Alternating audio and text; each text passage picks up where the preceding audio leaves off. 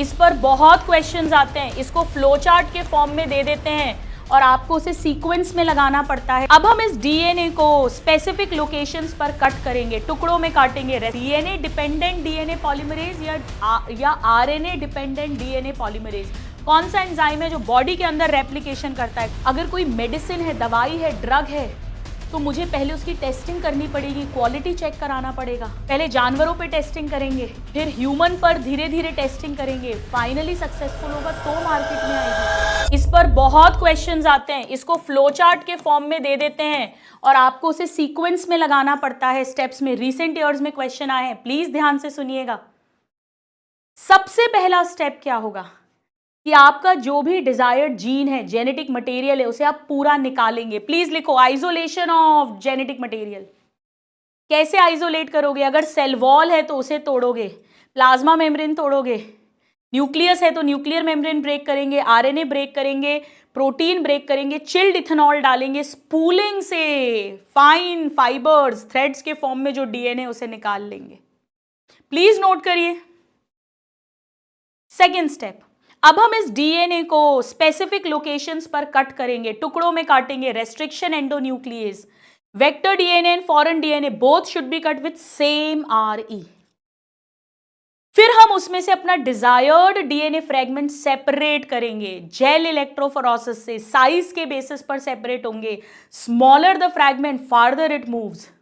Ethidium bromide डालेंगे, ultraviolet rays डालेंगे, bright orange bands दिखेंगे। फिर जेल पीस कट करके उसमें से डीएनए निकालेंगे। इल्यूजन टेक्निक, प्लीज लिखिए सब कुछ, प्लीज लिखिए,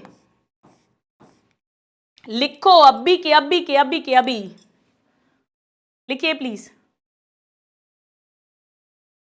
इसके बाद अगर उसकी मल्टीपल कॉपीज बनानी है, वो अभी मैं सिखाऊंगी, तो वो होगा नेक्स्ट स्टेप। अगर सपोज करो डीएनए कम है तो हम उसकी मल्टीपल कॉपीज बना लेंगे, एम्प्लीफिकेशन करेंगे बाय पीसीआर, जो अभी मैं सिखाऊंगी। अब हम डीएनए लाइगेज डालेंगे, यानी आरडीएनए बनाएंगे। अब हम इसे होस्ट के अंदर डालेंगे, इंसर्ट करेंगे इनटू होस्ट। या तो आप वेक्टर्स के थ्रू कर सकते हो, जैसे रेट्रोवायरस डिसार्म्ड, एग्रोबैक्टीरियम टीमीफेसियन का Ti plasmid disarmed, plasmids, bacteriophage, vectors के थ्रू। या आप heat shock, gene gun, chemical, electrical, micro injection, vector के बिना भी डायरेक्ट इंसर्ट कर सकते हैं होस्ट में। इसके बाद आप लिखो लिखो लिखो, मैं टाइम दे रही हूं। इसके बाद अब आप सिलेक्टेबल मार्कर का यूज करोगे बेटा, क्योंकि अब आपको पता करना है कि कौन सा ट्रांसफॉर्म्ड है, कौन सा नॉन ट्रांसफॉर्म्ड, और ट्रांसफॉर्म्ड के अंदर भी कौन सा रिकॉम्बिनेंट है और कौन सा नॉन रिकॉम्बिनेंट। क्योंकि हमें सिर्फ ट्रांसफॉर्म रिकॉम्बिनेंट को ही ग्रो करना है, मल्टीप्लाई कराना है, उसी से हमारा काम बनेगा। ये काम आप एमपी से, मतलब एंटीबायोटिक रेजिस्टेंट जीन मार्कर के थ्रू कर सकते हो, या आप लैग-जेड जीन के थ्रू कर सकते हो। प्लीज लिख लीजिए, मैं वेट कर रही हूं आपका, मैं वेट कर रही हूं बेटा, लिखो।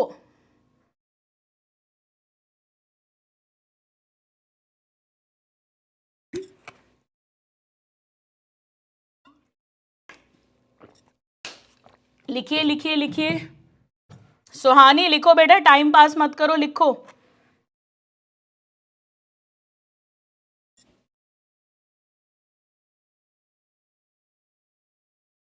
वेरी गुड अखिल, 355 आ रहे बायो में, बहुत बढ़िया, इसको मेंटेन करना है। गॉड ब्लेस यू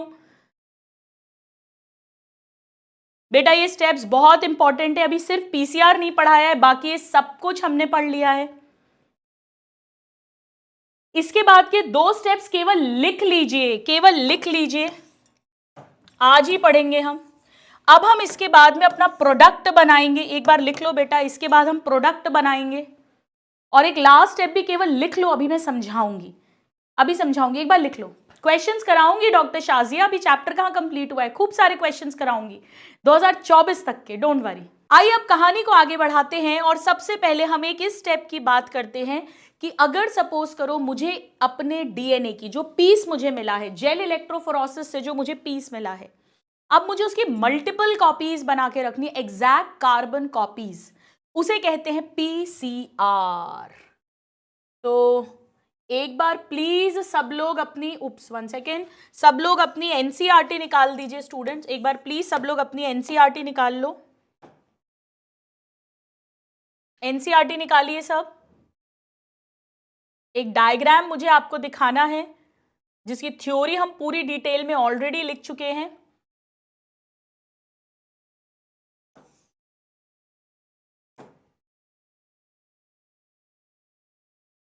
प्रोसेसेस पर अब हम आ गए हैं, प्रिंसिपल्स हो गए, टूल्स हो गए, हथियार, और अब हम एक्चुअली प्रोसेसेस की बात करेंगे। अगर आप इस चार्ट के अंदर देखें तो मैंने आपको ऑलरेडी इसमें से फर्स्ट प्रोसेस डिटेल में बता दिया है, सेकंड प्रोसेस बता दिया, थर्ड प्रोसेस बता दिया, फिफ्थ प्रोसेस बता दिया, सिक्स्थ प्रोसेस बता दिया, फोर्थ प्रोसेस अभी मेरा बचा है। सो ये सारा मैंने आपको बता दिया। ये देखो बेटा, ये स्पूलिंग का डायग्राम है जो एनसीईआरटी में दिया हुआ है। यहाँ लाइजेज एंजाइम्स अब आए हैं, ये स्पूलिंग से अपन निकाल रहे हैं। जो डीएनए है फाइन थ्रेड्स इन सस्पेंशन की तरह हमें दिख रहा है। ये भी सारा हो गया है, ये भी हो गया है। पीसीआर बेटा अभी पढ़ाऊंगी, अभी ये पढ़ाऊंगी, ये अभी मैंने नहीं पढ़ाया है, ये अभी मैं बताऊंगी आपको। ये भी हो गया है सारा, एक एक शब्द हो गया है। चलो आओ पीसीआर पढ़ते हैं। हेडिंग डाल दीजिए please, polymerase chain reaction. PCR का फुल फॉर्म आना चाहिए, उस पे भी क्वेश्चन आता है, क्या मतलब है वो भी अभी हम बात करेंगे। ये मशीन सबसे पहले बनाई थी कैरी मुलीज जी ने, हालांकि ये नाम एनसीईआरटी में नहीं दिया है स्टूडेंट्स, कैरी मुलीज। चलो आओ समझो, देखो इसके अंदर हम आर्टिफिशियली डीएनए की मल्टीपल कॉपीज बनाएंगे। आप कहोगे मैम ये कौन सी बड़ी बात है, अपनी बॉडी के अंदर भी तो डीएनए से डीएनए बनता है, वो बॉडी के अंदर बनता है इन विवो, वहां डीएनए पॉलीमरेज एंजाइम था। कोई मुझे चैट में बताएगा बिना चीटिंग करे, डीएनए डिपेंडेंट डीएनए पॉलीमरेज या आरएनए डिपेंडेंट डीएनए पॉलीमरेज, कौन सा एंजाइम है जो बॉडी के अंदर रेप्लिकेशन करता है? कौन बताएगा मुझे, बताइए। यानी यहां पर मैं जो मेरा जीन ऑफ इंटरेस्ट है, जो मैंने जेल इलेक्ट्रोफोरोसिस से निकाला है, उसका एम्प्लीफिकेशन करूंगी, यानी उसकी मल्टीपल कॉपीज बनाऊंगी। जो एग्जैक्ट कॉपीज होंगी, क्लोनिंग, मल्टीपल आइडेंटिकल कॉपीज बनाऊंगी अपने जीन ऑफ इंटरेस्ट या फॉरेन जीन की, और वो भी बॉडी के बाहर। बेटा डीएनए से डीएनए बनता है, तो डीएनए डिपेंडेंट डीएनए पॉलीमरेज जो हमारे बॉडी के अंदर काम करता है 37 डिग्री सेल्सियस पर काम करता है। इन विट्रो लैबोरेटरी के अंदर बनाऊंगी, बॉडी के बाहर बनाऊंगी, in vitro multiple identical copies. अब ये मैं कैसे बनाऊंगी, इसके 3 स्टेप्स हैं। स्टेप्स के नंबरिंग पर क्वेश्चन आता है, 3 स्टेप्स। चलो मैं आपको डायग्राम के साथ ही समझाती हूं, मेरी बात बड़ा ध्यान से सुनो। बनाइए, सपोज करो ये पूरा डीएनए है, जो भी ये पूरा डीएनए है, ये 5 to 3 प्राइम है, ये 3 to 5 प्राइम है। सपोज करो कि ये वाला पार्ट है जिसकी आपको मल्टीपल कॉपीज बनानी है। So DNA to be amplified, इतने पोर्शन की आप मल्टीपल कॉपीज बनाना चाहते हो। स्टूडेंट्स आपको याद है नेचुरली जब हमारी बॉडी के अंदर डीएनए रेप्लिकेशन होता है तो सबसे पहले हेलिकेज एंजाइम आता है, वो हाइड्रोजन बॉन्ड्स को ब्रेक करता है और दोनों पेरेंट स्ट्रैंड्स को सेपरेट करता है। कितने बच्चों को ये याद आ रहा है? लेकिन बॉडी के बाहर वो हेलिकेज एंजाइम काम नहीं कर सकता है, तो यहां पर हम हाई टेम्परेचर देते हैं, 90-95 डिग्री सेल्सियस की हीट देते हैं।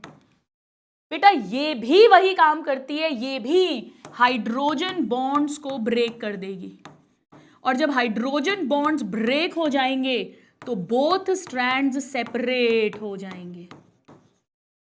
तो बॉडी के अंदर हेलिकेज एंजाइम ने ये काम किया था।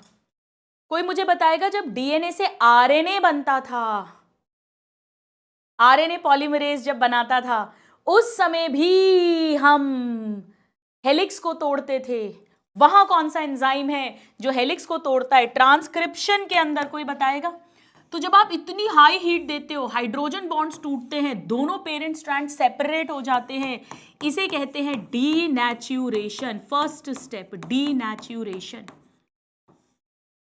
डीनेचुरेशन। यानी अब ये अलग हो गया और ये अलग हो गया, ये दोनों पेरेंट स्ट्रैंड्स सेपरेट हो गए, सेपरेट। यस, ट्रांसक्रिप्शन के अंदर सारा का सारा काम आरएनए पॉलीमरेज ही करता था। बहुत बढ़िया, चाहे न्यू आरएनए फॉर्मेशन हो, चाहे हेलिक्स की ब्रेकिंग हो, सारा काम। बहुत बढ़िया बेटा। चलो, तो अब ये दोनों अलग अलग हो गए। अब आपको याद है अपने बॉडी के अंदर आरएनए पॉलीमरेज कहता था मैं डायरेक्ट काम नहीं करूंगा, दो शर्तें थी, मैं 3 to 5 रीड करूंगा पेरेंट को, टेम्पलेट स्ट्रैंड को, याद आ रहा है, और मैं डायरेक्ट काम शुरू नहीं करूंगा, थोड़ा सा प्राइमर बनाकर दो। कितने बच्चों को याद आ रहा है? सेम यहां पर भी होता है, पहले यहां पर प्राइमर लगाए जाते हैं। दो पेरेंट स्ट्रैंड्स हैं तो दो प्राइमर्स लगेंगे, यानी प्राइमर एडिशन। इसे कहते हैं अनीलिंग, अनीलिंग। बेटा प्राइमर अपनी बॉडी में भी कहां लगता था? 3 प्राइम एंड पर, क्योंकि पॉलीमरेज पेरेंट को 3 to 5 रीड करता है। आई होप आपको याद आ रहा है। तो प्राइमर लगता था, प्राइमर लगता था पेरेंट के 3 प्राइम एंड पर, प्राइमर लगता था। अब आपको कुछ जोड़ना था, यहां पे प्राइमर जोड़ना था, तो बेटा टेम्परेचर थोड़ा कम करना पड़ता है, तकरीबन 50 से 65 डिग्री सेल्सियस के आसपास ये काम होता है। प्राइमर किसी को याद है क्या होता है? एक छोटा सा आरएनए का पीस जो पेरेंट स्ट्रैंड के कॉम्प्लीमेंट्री है। कितने बच्चों को ये बात याद आ रही है? तो सेकेंड स्टेप होता है अनीलिंग। अब इसके बाद हमारा मेन हीरो आ जाता है, और मेन हीरो कहता है कि अब मैं काम संभाल लूंगा, अब मैं काम संभाल लूंगा।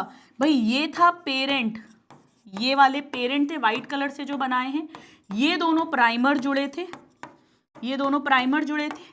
अब अपना एंजाइम आएगा, मेन एंजाइम डीएनए पॉलीमरेज, और वो इसके कॉम्प्लीमेंट्री रीड करता जाएगा, और ऐसे कर कर नया डीएनए इधर इधर ऐसे रीड करता जाएगा, और ऐसे करके नया डीएनए पेरेंट को 3 to 5 रीड करेगा, नया डीएनए 5 to 3 बनेगा, पेरेंट को 3 to 5 रीड करेगा, नया डीएनए 5 to 3 बनेगा।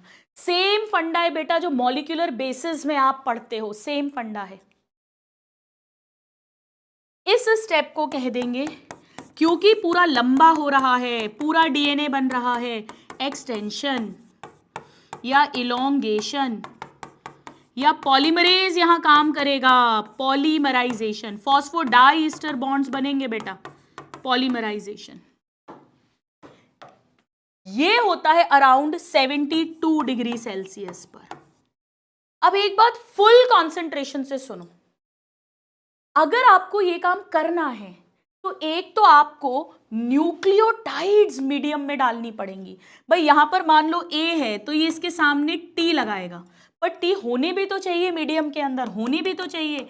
यानी इस स्टेप के लिए आपको डीऑक्सी राइबो न्यूक्लियोटाइड ट्राइफॉस्फेट्स, याद आ रहा है बेटा, एक्टिवेटेड न्यूक्लियोटाइड्स मीडियम के अंदर होनी चाहिए। याद है ना, दो एक्स्ट्रा फॉस्फेट्स जुड़ते हैं, न्यूक्लियोसाइड ट्राइफॉस्फेट, ताकि वो फॉस्फेट फॉस्फेट टूटे, एनर्जी रिलीज हो, उस एनर्जी को यूज करके फॉस्फोडाइस्टर बॉन्ड बनाए। कितने बच्चों को याद आ रहा है? नहीं याद आ रहा तो कोई बात नहीं। और आपको यहां पर एंजाइम चाहिएगा। कौन सा एंजाइम चाहिए बेटा आपको? डीएनए पॉलीमरेज चाहिए। अब मेरी बात फुल कंसंट्रेशन से सुनो, फुल कंसंट्रेशन से। यहां आपको कोई एंजाइम नहीं चाहिए, आप 90-95 डिग्री सेल्सियस का टेम्परेचर दो, हाइड्रोजन बॉन्ड टूट जाएंगे। यहां भी आपको कोई एंजाइम नहीं चाहिए। हमारी बॉडी के अंदर प्राइमेज एंजाइम ये काम करता था प्राइमर बनाने का, पर यहां पर साइंटिस्ट आर्टिफिशियली लेबोरेटरी में, उन्हें पता है किस रीजन को एम्पलीफाई करना है, उन्हें पता है उसका कॉम्प्लीमेंट्री प्राइमर कैसे बनाना है, लैब में आर्टिफिशियली बना लेते हैं बिना एंजाइम के। तो इन दोनों स्टेप्स में कोई एंजाइम नहीं लगता, पर यहां एंजाइम लगेगा डीएनए पॉलीमरेज। अब बेटा पंगा ये है कि डीएनए पॉलीमरेज एक एंजाइम है, हमारे बॉडी में 37 डिग्री सेल्सियस पे काम करता है, और हमने बायोमोलिक्यूल्स में पढ़ा है कि सारे एंजाइम्स 40-42 डिग्री सेल्सियस पर जब आते हैं, क्योंकि वो प्रोटीन है, उनके पेप्टाइड बॉन्ड्स ब्रेक हो जाते हैं, वो टूट जाते हैं, परमानेंटली डैमेज हो जाते हैं। पर यहां तो आपको इस मशीन में 72 डिग्री सेल्सियस देना है, तब जाकर ये पॉलीमराइजेशन कर पाएगा। और मशीन के अंदर तो ये तब भी डला होगा जब फर्स्ट स्टेप हो रहा है, यानी से 90-95 डिग्री सेल्सियस टेम्परेचर झेलने की आदत होनी चाहिए। बहुत दिमाग लगा रहे थे साइंटिस्ट की क्या करें, यहां आकर अटक जाते थे। यहां दिमाग लगा कैरी मुलीज जी का। उन्होंने कहा कि ऐसे बैक्टीरिया, आर्की बैक्टीरिया भी तो है जो खौलते हुए लावा हॉट स्प्रिंग्स में रहते हैं, जहां ऑलरेडी 100 डिग्री से ज्यादा टेम्परेचर होता है, और वो फिर भी सरवाइव करते हैं, फिर भी मल्टीप्लाई करते हैं, यानी उनका डीएनए भी रेप्लिकेट करता होगा, यानी उनके अंदर जो डीएनए पॉलीमरेज होगा वो हाई टेम्परेचर्स को रेजिस्टेंट होगा। तो उन्होंने ऐसा ही एक bacteria, actually Archie bacteria thermos aquaticus लिया और उसका डीएनए पॉलीमरेज इस मशीन के अंदर यूज करा, तभी तो उन्हें श्रेय दिया गया इसके डेवलपमेंट का, क्योंकि वो थर्मस एक्वाटिकस से लिया तो उसे नाम दिया गया टैक पॉलीमरेज एंजाइम। बेसिकली वो एक डीएनए पॉलीमरेज ही है, टैक पॉलीमरेज। स्टूडेंट्स, एक बार इस डेवलपमेंट के बाद पूरी जिंदगी उन्होंने बैठ के खाया, रॉयल्टी से ही वो मिलियनियर बिलियनियर बन गए, पर ये दिमाग लगाना भी कोई कम बात नहीं है। तो करते क्या है, मशीन के अंदर जैसे मान लो मुझे कोई एक पर्टिकुलर डीएनए का मल्टीपल कॉपीज बनानी है, तो वो डीएनए टैग पॉलीमरेज एंजाइम, उसकी एक्टिवेटेड न्यूक्लियोटाइड्स और प्राइमर्स डाल दिए जाते हैं। 90-95 डिग्री पे करूंगी तो फर्स्ट स्टेप हो जाएगा, फिर 50-55 डिग्री 60 डिग्री पे करूंगी तो प्राइमर अटैच हो जाएगा, फिर 72 डिग्री लाऊंगी तो अपने आप टैग पॉलीमरेज इलोंगेशन स्टेप कर देगा अपने आप।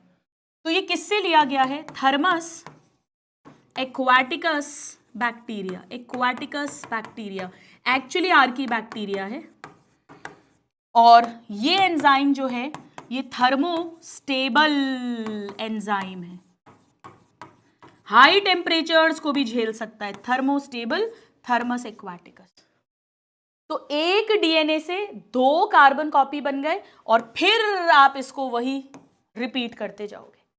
एनसीईआरटी कहती है कि जब 30 साइकिल्स आप ऐसी करोगे, 30 साइकिल्स 1 से 2, 2 से 4, 4 से 8, तो तकरीबन 1 बिलियन कॉपीज बन जाती हैं। 1 billion copies exact carbon copies बन जाती हैं।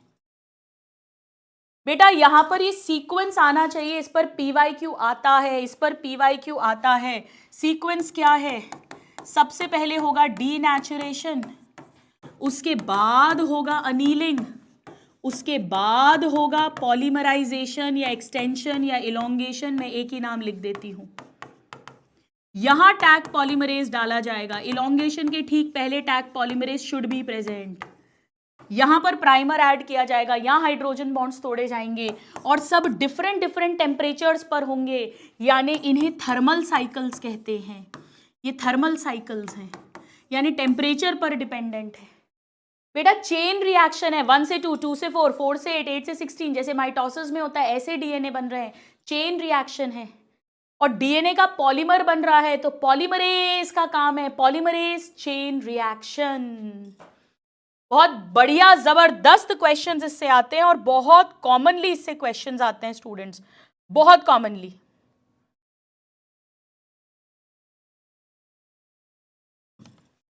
यानी एनसीईआरटी कहती है कि ये टैग पॉलीमरेज वहां भी एक्टिव है जब इतना हाई टेम्परेचर मशीन के अंदर होगा। काम यहां नहीं करेगा, काम तो थर्ड स्टेप में करेगा, पर इसे भी तो झेलना है। मान लो ये 80 डिग्री पर टाइम फिस हो जाता तो पॉलीमराइजेशन तक तो बातें नहीं पहुंचती, ये तो यही मर जाता मशीन के अंदर। तो एनसीईआरटी कैसे लिखती है इसे, active at high temperature induced, high temperature induced denaturation of double stranded DNA. जो डबल स्ट्रैंडेड डीएनए है उसके जब दोनों स्ट्रैंड सेपरेट हुए, यानी फर्स्ट स्टेप हुआ, यानी डीनेचुरेशन हुआ हाई टेम्परेचर 90-95 डिग्री सेल्सियस पर, तब भी एंजाइम झेल पाएगा, टिक पाएगा, काम थर्ड स्टेप में करेगा। आइए चलिए स्टूडेंट्स एक बार अपनी एनसीईआरटी ओपन करिए और मेरे साथ इस डायग्राम को देखिए, बहुत ज्यादा इंपॉर्टेंट है। इवन इसके फुल फॉर्म तक पे क्वेश्चंस आए हैं, इसके सीक्वेंस ऑफ स्टेप्स पे क्वेश्चंस आए हैं और पर्टिकुलर स्टेप से तो क्वेश्चन आए ही हैं। डीनेचुरेशन, अनीलिंग, एक्सटेंशन, इलोंगेशन या पॉलीमराइजेशन। सपोज इतने एरिया को करना है, सबसे पहले हीट 90-95 डिग्री सेल्सियस दोगे, फिर प्राइमर्स ऐड करोगे, फिर न्यूक्लियोटाइड और टैग पॉलीमरेज एंजाइम दोगे, 30 साइकिल्स के बाद करीब 1 बिलियन कॉपीज बन जाती है। यहां स्टूडेंट्स अगर आपको नहीं आता है तो प्लीज आप देख लो, ये प्राइमर्स क्या होते हैं, छोटे छोटे आर्टिफिशियली बनाए हैं ऑलिगो, छोटे न्यूक्लियोटाइड्स हैं, आरएनए होते हैं जो डीएनए के कॉम्प्लीमेंट्री होते हैं। ये बात हालांकि मॉलिक्यूलर बेसिस में हम बहुत ज्यादा डिटेल में ऑफ कोर्स पढ़ते हैं, ठीक है। ये रहा वो सारा पॉइंट्स मैंने लिखवा दिए। चलिए, हो गया। अब आइए स्टूडेंट्स, मेरी बात बड़ी ध्यान से सुनो। तो हमने अभी तक क्या कहा, मुझे आपका फुल कंसंट्रेशन चाहिए। अब मैंने आपको ये सिखाया कि आपने टोटल डीएनए निकाला, टुकड़े किए, अपना डिजायर्ड पीस निकाला, उसकी मल्टीपल कॉपीज बना ली, आरडीएनए बनाया, होस्ट के अंदर डाला, सिलेक्टेबल मार्कर से फाइनलाइज भी कर लिया कि एक्सपेरिमेंट अभी तक सक्सेसफुल है। अब केवल इससे काम थोड़ी ना चलेगा, अब आपको अपना प्रोडक्ट चाहिए, आपको वो इंसुलिन चाहिए। तो ये कैसे होता है, प्लीज मुझे बहुत ध्यान से सुनो, बहुत ध्यान से सुनो।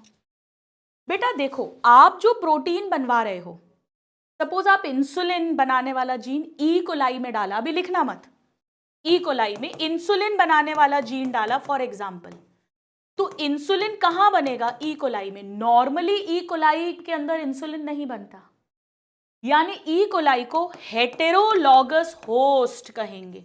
हेटेरोलॉगस होस्ट मतलब डिफरेंट होस्ट है। नॉर्मली इंसुलिन हमारे में बनता है, हम होमोलोगस होस्ट होते। तो अगर मैं किसी जीन को किसी दूसरे होस्ट के अंदर, जो उसका नेचुरल होस्ट नहीं है यानी हेटेरोलॉगस होस्ट है, उसके अंदर एक्सप्रेस करवाऊंगी, यानी उसका प्रोटीन बनवाऊंगी, तो उस प्रोटीन को रिकॉम्बिनेंट प्रोटीन कहते हैं। रिकॉम्बिनेंट प्रोटीन ही तो है ये, क्योंकि आरडीएनए, फॉरेन डीएनए से ही तो ये प्रोटीन बना है। तो अगर कोई भी प्रोटीन कोड करने वाला जीन किसी हेटेरोलॉगस होस्ट के अंदर एक्सप्रेस होगा तो उस प्रोटीन को रिकॉम्बिनेंट प्रोटीन कहा जाएगा। हमारा एम, अल्टीमेट एम यही है कि हम प्रोटीन ले सके। मान लो आपने सब कुछ कर दिया पर होस्ट के अंदर जाकर आपका फॉरेन प्रोडक्ट ही नहीं बना, डिजायर्ड प्रोडक्ट, तो भी ये सब फेल है। फिर आपको होस्ट बदलना पड़ेगा या वेक्टर बदलोगे, कुछ ना कुछ चेंज करना पड़ेगा। बेटा पहले क्या करते हैं, सबसे पहले हम स्मॉल स्केल, लैबोरेटरी स्केल पर सपोज ई कोलाई जो भी होस्ट है उसे ग्रो करते हैं, कल्चर करते हैं, खाना पीना न्यूट्रिएंट मीडियम देकर। अगर हमें समझ में आता है कि हाँ इसके अंदर हमारा प्रोडक्ट बन रहा है, ये जब मल्टीप्लाई कर रहा है, बाइनरी फिजन कर रहा है, तो इसके सारे डॉटर सेल्स में भी हमारा जीन जा रहा है, उनके अंदर भी हमारा प्रोडक्ट बन रहा है, फिर हम इसे लार्ज स्केल पे करेंगे। पता पड़ा आपने डायरेक्ट लार्ज स्केल पे कर दिया, आपका प्रोडक्ट तो बनता नहीं था, वो सारी मशीनरी, टाइम, पैसा, खाना पीना सब वेस्ट हो गया। चलिए, तो सबसे पहले हम क्या करेंगे, आइए सबसे पहले निकालिए अपनी एनसीईआरटी। ये देखिए, मार्क करिए मेरे साथ इंपॉर्टेंट लाइंस। जब आप इंसर्ट करोगे एक एलियन फॉरेन डीएनए को किसी वेक्टर के साथ, आरडीएनए बनाओगे, उसे बैक्टीरिया, प्लांट या एनिमल जो भी होस्ट के अंदर डालोगे, एलियन डीएनए अपनी मल्टीपल कॉपीज बनाएगा। इन सब के अंदर अल्टीमेट एम क्या है, फाइनल एम, कि आप अपना डिजायर्ड प्रोटीन ऑब्टेन कर सको। यानी जरूरत है कि जो आरडीएनए है वो एक्सप्रेस हो, यानी उससे एमआरएनए और प्रोटीन बने। अप्रोप्रिएट कंडीशंस देनी पड़ेंगी, खाना पीना, टेम्परेचर, पीएच देना पड़ेगा। नाउ जब ये क्लोन हो जाएगा आपका gene of interest, multiple copies बनाएगा, आप उसे ऑप्टिमम करेक्ट टेम्परेचर, पीएच, खाना पीना सब दोगे ताकि वो एक्सप्रेस करे और आपका डिजायर्ड प्रोटीन बनाए। तो फिर आप उसे लार्ज स्केल पे बनाने की सोचेंगे। जब भी कोई प्रोटीन कोड करने वाला जीन किसी डिफरेंट हेटेरोलॉगस होस्ट के अंदर एक्सप्रेस करता है तो उस प्रोटीन को रिकॉम्बिनेंट प्रोटीन कहते हैं। सबसे पहले हम जो भी होस्ट है, for example E coli cell है जिसके अंदर क्लोन्ड जीन ऑफ इंटरेस्ट है, मल्टीपल कॉपीज हैं, पहले हम उसे स्मॉल स्केल पे ग्रो करेंगे बेटा लेबोरेटरी के अंदर, और फिर हम अपना डिजायर्ड प्रोटीन निकाल कर देखेंगे, प्यूरिफाई करके देखेंगे कि क्या हमारा बढ़िया प्रोटीन मिल रहा है या नहीं। अगर सब कुछ ओके हुआ, अब मैं उसे लार्ज स्केल पर लेके जाऊंगी, अब हम उसे मल्टीप्लाई करेंगे। अब मुझे आपका फुल कंसंट्रेशन चाहिए बेटा। मल्टीप्लाई करने के लिए बड़े बड़े कंटेनर्स होते हैं, बड़ी बड़ी मशीन्स होती हैं जिन्हें फर्मेंटर्स या बायो रिएक्टर्स बोलते हैं। 100 से 1000 लीटर्स तक आप न्यूट्रिएंट मीडियम उसमें डाल सकते हो, प्रोसेस कर सकते हो लार्ज स्केल पर। ये पैराग्राफ की अभी मैं बात नहीं कर रही हूं, मैं इस पर थोड़ी देर में आऊंगी। तो सबसे पहले जब आपने छोटा छोटा कल्चर करा तो आपको बहुत ज्यादा क्वांटिटी नहीं मिलेगी। आप चाहते हो लार्ज क्वांटिटी, 100 से 1000 लीटर कल्चर, तो आपको बायो रिएक्टर या फर्मेंटर्स बनाने पड़ेंगे। ये ऐसे वेसल्स हैं जिनके अंदर जब आप रॉ मटेरियल डालोगे, मतलब आपका ई कोलाई होस्ट डाला जिसके अंदर आपका आरडीएनए है, आपका प्रोटीन बन रहा है, तो वो उस प्रोटीन को फॉर्म करेगा, जो भी एंजाइम है उसे फॉर्म करेगा, जो भी होस्ट आप यूज कर रहे हो उसके अंदर। लेकिन आपको इस बायो रिएक्टर के अंदर ऑप्टिमम कंडीशंस देनी पड़ेंगी ताकि ऑप्टिमम ग्रोथ हो, बेस्ट ग्रोथ हो। वो कंडीशंस होस्ट सेल पे डिपेंड करेगी। भाई वो सेल के लिए जितना टेम्परेचर, पीएच, खाना, nutrient, salts, vitamins, hormones, minerals चाहिए, वो सब आपको देना पड़ेगा। तो temperature, pH, substrate, salt, vitamins, oxygen, वो सब आपको देना पड़ेगा। सबसे कॉमन टाइप का जो बायो रिएक्टर है बेटा वो है स्टरिंग टाइप। आओ चलो पहले इसको समझते हैं। मैं बहुत शानदार लाइंस यहां पर आगे सिखाने वाली हूं जिससे बहुत प्यारे क्वेश्चंस बने हल्के से आउट ऑफ एनसीईआरटी जाकर, तो मेरे साथ बने रहिए। ये है सिंपल स्टर्ड टैंक। सिंपल बेटा देखो, एक तो क्या करते हैं, बेस ऐसा कर्व्ड रखते हैं। इससे फायदा क्या होता है, आपने देखा होगा पहले अपनी जो कढ़ाई थी, कुकर थे, भगोनी थी, हल्की सी कर्व्ड रहती थी, उससे क्या अच्छे से चीजें मिक्स हो जाती है। अगर ऐसे यूं होगा तो कोने कोने में सब्जी करी जो है वो अच्छे से मिक्स नहीं हो पाएगी, तो कर्व्ड बेस बनाते थे। अब इसके अंदर मुझे ऑक्सीजन देनी है, पर ऑक्सीजन के साथ कहीं कोई बैक्टीरिया, वायरस, फंजाई ना घुस जाए, दिखाई तो देता नहीं है, क्योंकि मैं सिर्फ डिजायर्ड होस्ट को ग्रो करना चाहती हूँ, मल्टीप्लाई करवाना चाहती हूँ। याद है बायो प्रोसेस इंजीनियरिंग सेकंड सिद्धांत, तो यहां से स्टेराइल हवा दूंगी, स्टेराइल। मैंने यहां पर एक कंट्रोल लगा दिया एसिड बेस के लिए। अगर एसिडिटी ज्यादा होगी थोड़ी अल्कली डाल दूंगी, अल्कली ज्यादा होगी थोड़ी एसिडिटी डाल दूंगी। यहां पर एक टेम्परेचर कंट्रोल भी लगाते हैं जो इन्होंने बताया नहीं है। एक्चुअली एक जैकेट रहती है, गर्म हो रहा है तो थोड़ा ठंडा पानी डाल देते हैं, ठंडा हो रहा है तो थोड़ा गर्म पानी डाल देते हैं। इसके बाद मैं यहां भाप दूंगी, स्टीम दे दी। इस स्टीम के थ्रू मैं जितने भी अंदर और बैक्टीरिया, वायरस वगैरह है उसे मार दूंगी। तब जाकर मैं अपना होस्ट, जो रिकॉम्बिनेंट ट्रांसफॉर्म्ड होस्ट है, वो अंदर डालूंगी। अब मैं एक मोटर लगाऊंगी और उस मोटर से मैं कुछ ब्लेड्स कनेक्ट कर दूंगी और मैं इसमें खाना पीना यानी ब्रॉथ, न्यूट्रिएंट मीडियम डाल दूंगी। पर्टिकुलर टेम्परेचर है, पर्टिकुलर पीएच है, सॉल्ट्स, विटामिन्स, मिनरल्स, ग्लूकोज, जो भी खाने पीने को चाहिए सब कुछ इसके अंदर मैंने डाल दिया। अब मैं इन ब्लेड्स को घुमा दूंगी। ये फ्लैट ब्लेडेड है, फ्लैट ब्लेडेड घुमा दूंगी। घुमाने से क्या होगा, स्टरर, सारी कुछ चीजों की अच्छे से मिक्सिंग हो जाएगी। और वो जो मेरा होस्ट है, मैंने ऐसा टेम्परेचर, पीएच, न्यूट्रिएंट मीडियम सब कुछ सेट कर रखा है जिससे वो खूब एक्टिव फेज में रहेगा, खूब एक्टिव फेज में। तो वो धड़ाधड़ मल्टीप्लाई कर रहा है। उसके अंदर उसके सब डॉटर सेल्स में मेरा डीएनए जा रहा है, आरडीएनए, फॉरेन डीएनए, वो भी मल्टीप्लाई कर रहा है और सब में वो एक्सप्रेस हो रहा है, यानी मेरा प्रोटीन भी बन रहा है। लेकिन जब ऐसा होगा, जब भी कोई चीज ऐसे घूमती है बेटा, तो थोड़ा झाग बनता है। और अगर झाग ज्यादा बना, फ्रॉथ ज्यादा बना, फोम ज्यादा बना, तो वो ऑक्सीजन की सप्लाई रोक देगा, तो मेरे होस्ट मरने लग जाएंगे, तो मैंने इसमें फोम ब्रेकर वाले थोड़े कटीले, थोड़े पैने, थोड़े नुकीले शार्प ब्लेड्स भी लगा दिए। और यही कारण है, देखो मैंने ब्रॉथ को 3/4 ही भरा है, पूरा फुल नहीं भरा। जैसे कुकर में पूरा भर के कभी नहीं लेते, नहीं तो सीटी फट जाएगी प्रेशर से, आधा या 3/4 भरते हैं। यानी टेम्परेचर कंट्रोल है, पीएच कंट्रोल है, ऑक्सीजन कंट्रोल है, स्टेरिलिटी मेंटेन करी है मैंने, न्यूट्रिएंट मीडियम बढ़िया दिया हुआ है, और मैक्सिमम एक्टिव फेज में मैं उसे रखना चाहूंगी। ये होता है सिंपल स्टर्ड टैंक बायोरिएक्टर। कभी कभी क्या करते हैं बेटा, इसी तरह का टैंक होता है, सिंपल नहीं, मतलब स्टर्ड टैंक ही है, पर उसमें ऑक्सीजन एक ऐसे इंस्ट्रूमेंट से देते हैं जिसमें छोटे छोटे छेद हैं, इस तरह से स्पार्जर बोलते हैं। तो होता क्या है बेटा, इसमें जब ऑक्सीजन, हवा जब जाती है ना, तो बबूलों के फॉर्म्स में, बबल्स के फॉर्म में जाती है, और बबल्स के कारण ऑक्सीजन का delivery area, transfer area increase हो जाता है। ज्यादा ऑक्सीजन मिलती है, ज्यादा एरोबिक रेस्पिरेशन होता है, ज्यादा एटीपी बनती है, ज्यादा एनर्जी मिलती है, तो नेचुरली ज्यादा ग्रोथ होती है। ये भी स्टर्ड टैंक ही है। इसे स्पार्ज्ड बोलते हैं, स्पार्ज्ड, क्योंकि स्पार्जर के थ्रू ऑक्सीजन के बबल्स के फॉर्म में ऑक्सीजन दी जाती है। इतना सा डिफरेंस है। बाकी यहां पर भी बेटा temperature control, pH control, culture broth, sterile layer, steam for sterilisation, motor, blades, सब कुछ होगा, एवरीथिंग विल बी देयर। सिर्फ ऑक्सीजन डिलीवरी का तरीका अलग है। देखिए यहां पे सिलेंड्रिकल या कर्व्ड बेस क्यों है, ताकि अच्छे से मिक्सिंग हो जाए। ये असर्शन रीजन का क्वेश्चन हो गया। स्टरर के कारण ये सब कुछ अच्छे से मिक्स हो जाएगा।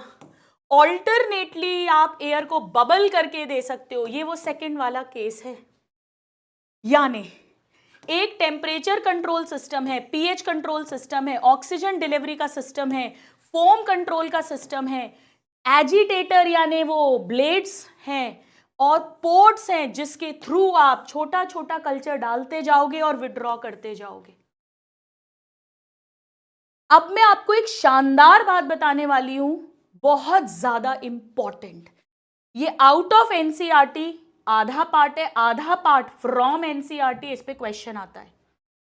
आपका फुल कंसंट्रेशन मुझे चाहिए, सुनिए।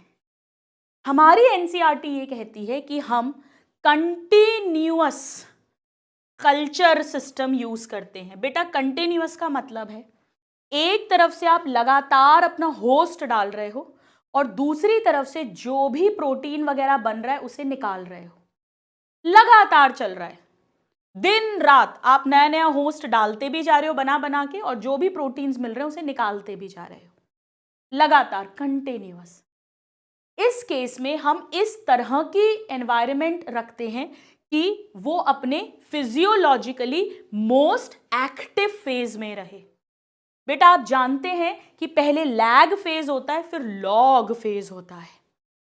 तो यहां लॉग फेज एक्सपोनेंशियल फेज में मेंटेन किया जाता है, ताकि ढेर सारा मल्टीप्लिकेशन हो, ढेर सारे डॉटर सेल्स बने, ढेर सारा हमारा प्रोटीन मिले और ढेर सारा डिजायर्ड प्रोटीन बने।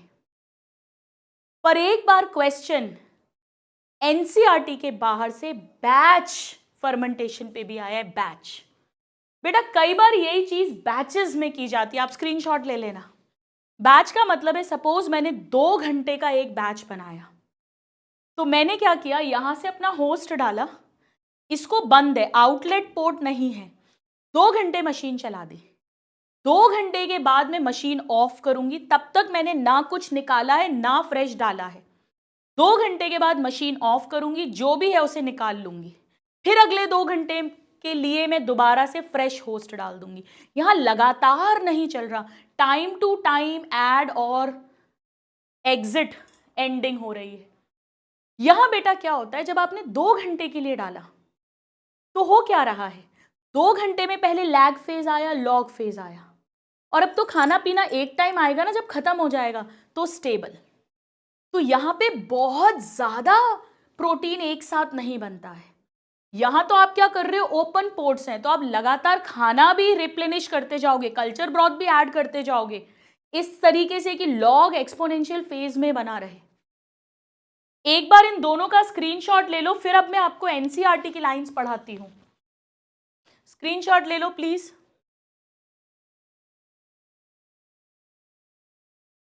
हो गया? इसका भी ले लीजिए। अब मैं आपको एनसीईआरटी में ये बातें दिखाती हूं, कहां दी है। चलिए ये देखिए,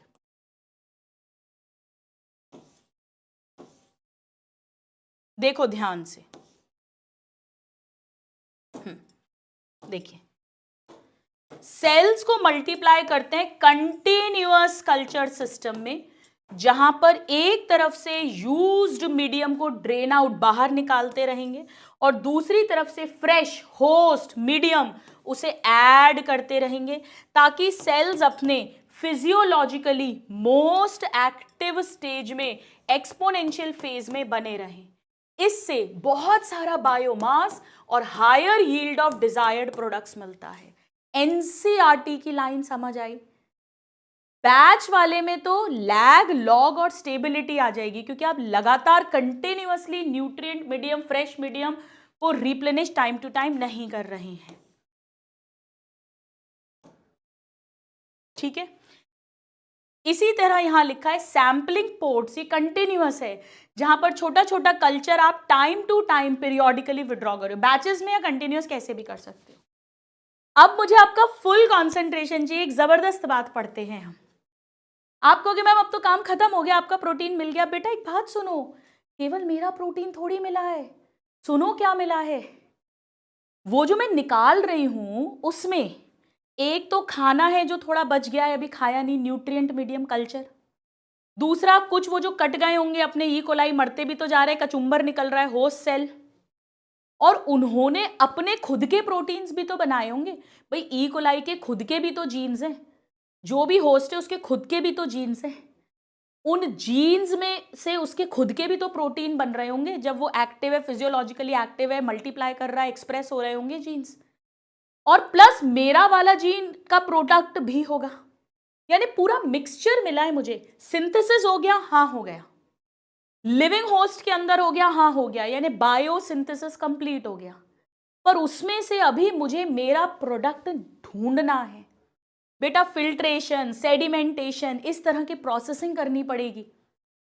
अगर कोई मेडिसिन है, दवाई है, ड्रग है, तो मुझे पहले उसकी टेस्टिंग करनी पड़ेगी, क्वालिटी चेक कराना पड़ेगा। पहले जानवरों पे टेस्टिंग करेंगे, फिर ह्यूमन पर धीरे धीरे टेस्टिंग करेंगे, फाइनली सक्सेसफुल होगा तो मार्केट में आएगी। अगर कोई ऐसा प्रोडक्ट है, कोई ऐसा हार्मोन है, केमिकल है जिसमें प्रिजर्वेटिव डालना है, तो वो ऐड करना पड़ेगा, नहीं तो खराब हो जाएगा जल्दी। फिर जाकर उसकी पैकेजिंग करूंगी, मार्केटिंग करूंगी, तब वो सेल के लिए, मार्केट में आने के लिए तैयार होगा। तो वो जो बायोरिएक्टर में सिंथेसिस हो गया, बायोसिंथेसिस हो गया, वहां से लेकर और फाइनली मार्केट में आने तक मैं जो कुछ भी करूंगी वो है last step, downstream processing. After completion of biosynthetic phase, product को आपको बहुत सारी प्रोसेसेस करने हैं before it is ready for marketing as a finished product. उन सब को, इसमें सेपरेशन है, प्यूरिफिकेशन है, टोटल मिलाकर डाउनस्ट्रीम प्रोसेसिंग कहते हैं। हो सकता है प्रिजर्वेटिव ऐड करना पड़े, दवाई है तो क्लिनिकल ट्रायल्स करने पड़ेंगे, क्वालिटी कंट्रोल चेक करना पड़ेगा, जो भी करना पड़ेगा उन सबको टोटल मिलाकर डाउनस्ट्रीम प्रोसेसिंग। आपको एक मजेदार बात बताती हूं। फॉर एग्जाम्पल एक कैल्शियम की टैबलेट बनानी है, फॉर एग्जाम्पल एक इंसुलिन का हार्मोन बनाना है।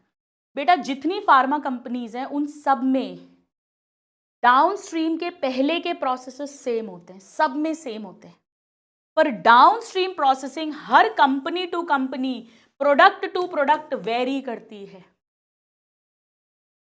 और एक्चुअली जिसके पास जितनी अच्छी रिसर्च टीम है, जो जितने कम पैसों में बढ़िया डाउनस्ट्रीम प्रोसेसिंग कर लेगा, वो अपने प्रोडक्ट को उतना सस्ता बेच सकता है मार्केट के अंदर।